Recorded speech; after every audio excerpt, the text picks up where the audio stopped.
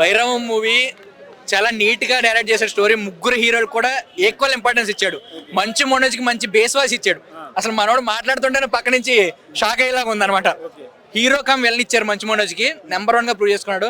End title climax వచ్చే వరకు కూడా మంచి మనోజ్ క్యారెక్టర్ చాలా బాగుంది. నారా రోహిత్ కి ప్రభాస్ మూవీ ఉంటుంది కదా బాహుబలిలో ప్రభాస్ కి ఎంత ఇంపార్టెన్స్ ఉంటుందో ఈ మూవీలో నారా రోహిత్ కి అంత ఇంపార్టెన్స్ ఉంటుంది. చాలా ట్రై చేస్తారు మూవీ అయ్యే వరకు ఏదో చేద్దాం మనం ఉండని. అస్సలు ఎక్కడ తగ్గడో ప్రతిది కూడా ట్విస్ట్. ఏంట్రా ఇది అయిపోతుంది అనుకున్న లోపు ట్విస్ట్.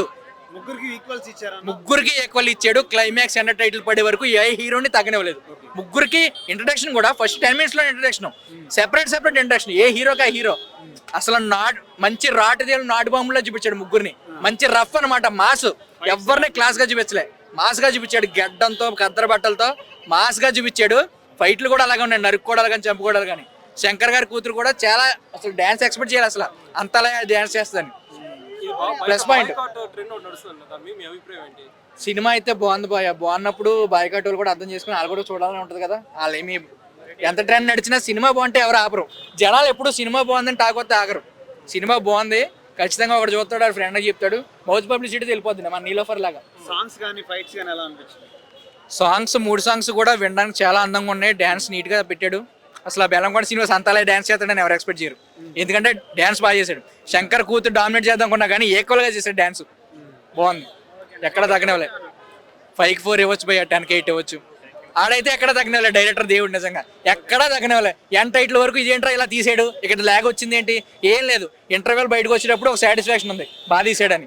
ఇంటర్వెల్ అయిపోయి సెకండ్ హాఫ్ కూడా క్లైమాక్స్ ఎండ్ టైటిల్ పడే వరకు కూడా మొత్తం స్టోరీ ఫినిష్ చేస్తాడు. ఇంకా సెకండ్ పార్ట్ 2 పార్ట్లు లేవు, ఫినిష్ చేస్తాడు స్టోరీ. నెంబర్ 1 గా తీసాడు. ముగ్గురికి నెంబర్ 1. బాహుబలిలో ప్రభాసే. ఇంకా బాహుబలి ఏ రేంజ్ లో ఉంటాడు ప్రభాస్, ఆ రేంజ్ లో ఉన్నాడు.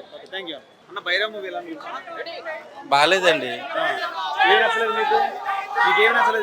సబ్జెక్ట్ బాగా. అదా మన పాత ఆవకాయ పచ్చడి పట్టుకొచ్చి కొత్త మావకాయ ప్రజెంట్ చేద్దాం అనుకున్నారు. అది పాచిపోయి బెడిచి కొట్టేసింది. ఆడికి బాగుండొచ్చు, నాకు బాగా. సో నేను ఏ హీరోకి యాంటీ కాదు, ఏ సినిమాకి యాంటీ కాదు. సో సినిమా చూడడానికి వచ్చా. హిట్ అయితే 100 కోట్లు కొడితే చాలా హ్యాపీగా ఫీల్ అయ్యాను. సో నన్ను అయితే డిసప్పాయింట్ చేసింది. ఇంకా బాగా తీసుంటే బాగుండేది. Subject old subject. గుడిమాన్యాల కోసం మామని చంపుతాడు, మామన్ తర్వాత వాళ్ళ ఫ్రెండ్ అని చంపుతాడు, లాస్ట్ ఆడే చేస్తాడు.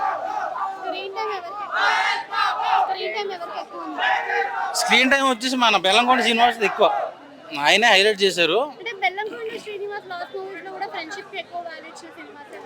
అవునవును ఉంది కానీ ఓల్డ్ స్టోరీ అండి, మనకు తెలిసిన సినిమా ఇది.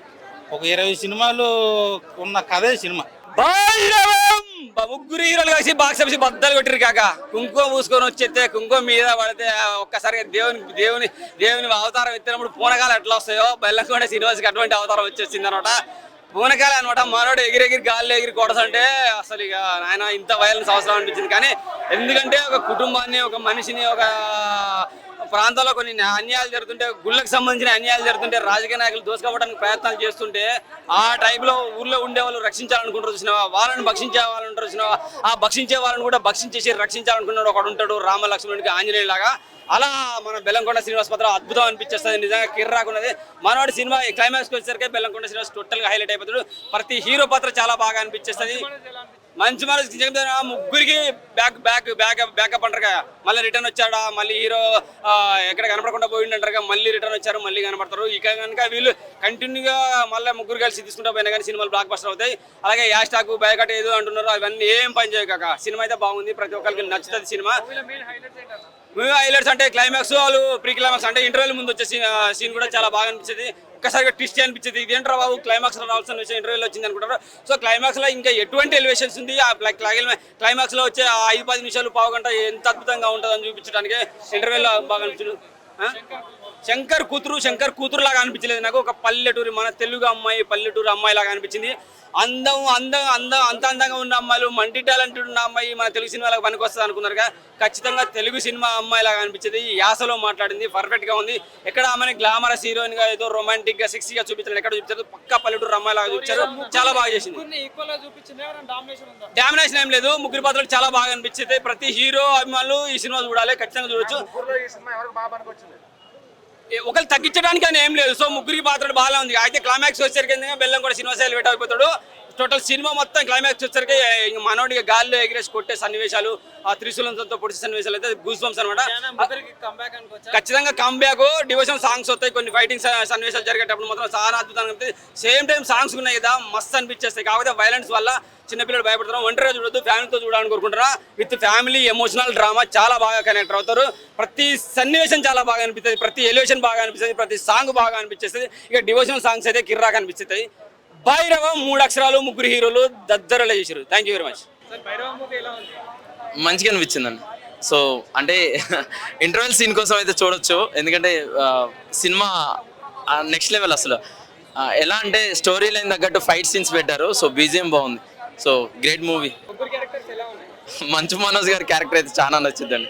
సో ఒక ట్విస్ట్ సినిమాలో ఉందంటే మంచు మనోజ్ గారు విలన్ క్యారెక్టర్ వేయటమే ట్విస్ట్ అండి సినిమాలో. సో చాలా మంచిగా అనిపించింది. మెయిన్ హైలైట్స్ సాయి శ్రీనివాస్ గారి యాక్టింగ్ అండి. సో ఆయన యాక్టింగ్ కోసం అయితే చూడొచ్చండి. ప్రాణపెట్టి నటించారు ముగ్గురు. సో చాలా మంచిగా అనిపించింది. మంచు మనోజ్ గారి విలన్ క్యారెక్టర్ చాలా బాగా నచ్చింది. ఆడియన్స్ అంతా బాగా ఎంజాయ్ చేస్తున్నారు. సో ఫస్ట్ నుంచి హీరోగా చూసి ఒకేసారి మంచు మనోజ్ గారు విలన్గా యాక్ట్ చేయడం చాలా అందరికీ నచ్చింది. సో ఫైట్ సీన్స్ అయితే క్లాస్ సి క్లాస్ డి పీపుల్కి అయితే చాలా బాగా నచ్చుతుంది. ఈవెన్ ప్రసాద్ ఎంఎక్స్ లాంటి class A class be people చూసే ఇలాంటి సినిమాలో కూడా మాతో పాటు అందరూ విజిల్స్ చేసి పూనకాలతో ఊగిపోతున్నారు. మాస్ ఎలివెన్సెస్ ఉన్నప్పటికీ స్టోరీ తగ్గట్టు ఉంది. స్టోరీ లైన్ బాగుందండి. సో తెలుగు నేటివిటీకి రీమేక్ సినిమా అయినప్పటికీ సో మన తెలుగు వాళ్ళకి కనెక్ట్ అయ్యే విధంగా సినిమా తీశారు.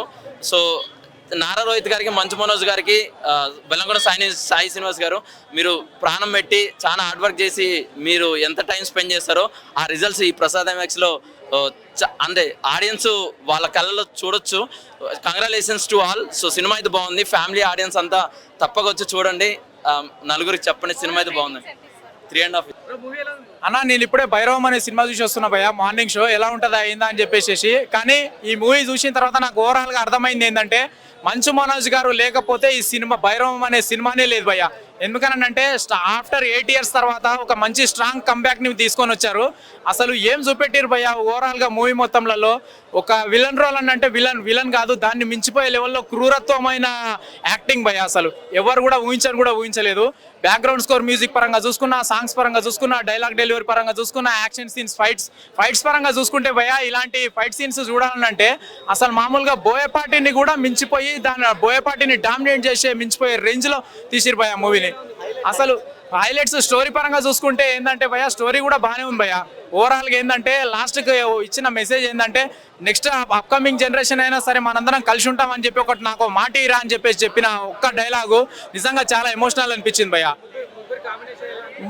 ముగ్గురిట్లలో నాకు బాగా హైలైట్ అనిపించింది అని అంటే విలన్ డామినేటింగ్ రోల్ పరంగా చూసుకుంటే మంచు మనోజ్, హీరో పరంగా చూసుకుంటే బెల్లంకొండ, నారా రోహిత్ ఏంటంటే ఎమోషనల్ పరంగా చూపెట్టారు భయ్య. సెకండ్ హాఫ్లో ఎమోషనల్ పరంగా కాస్త మైనస్ చేసి చూపెట్టారు. కానీ స్టోరీ స్క్రిప్ట్ ప్రకారం చూసుకుంటే అది కరెక్టే అని చెప్పేసి చెప్తా భయ్య.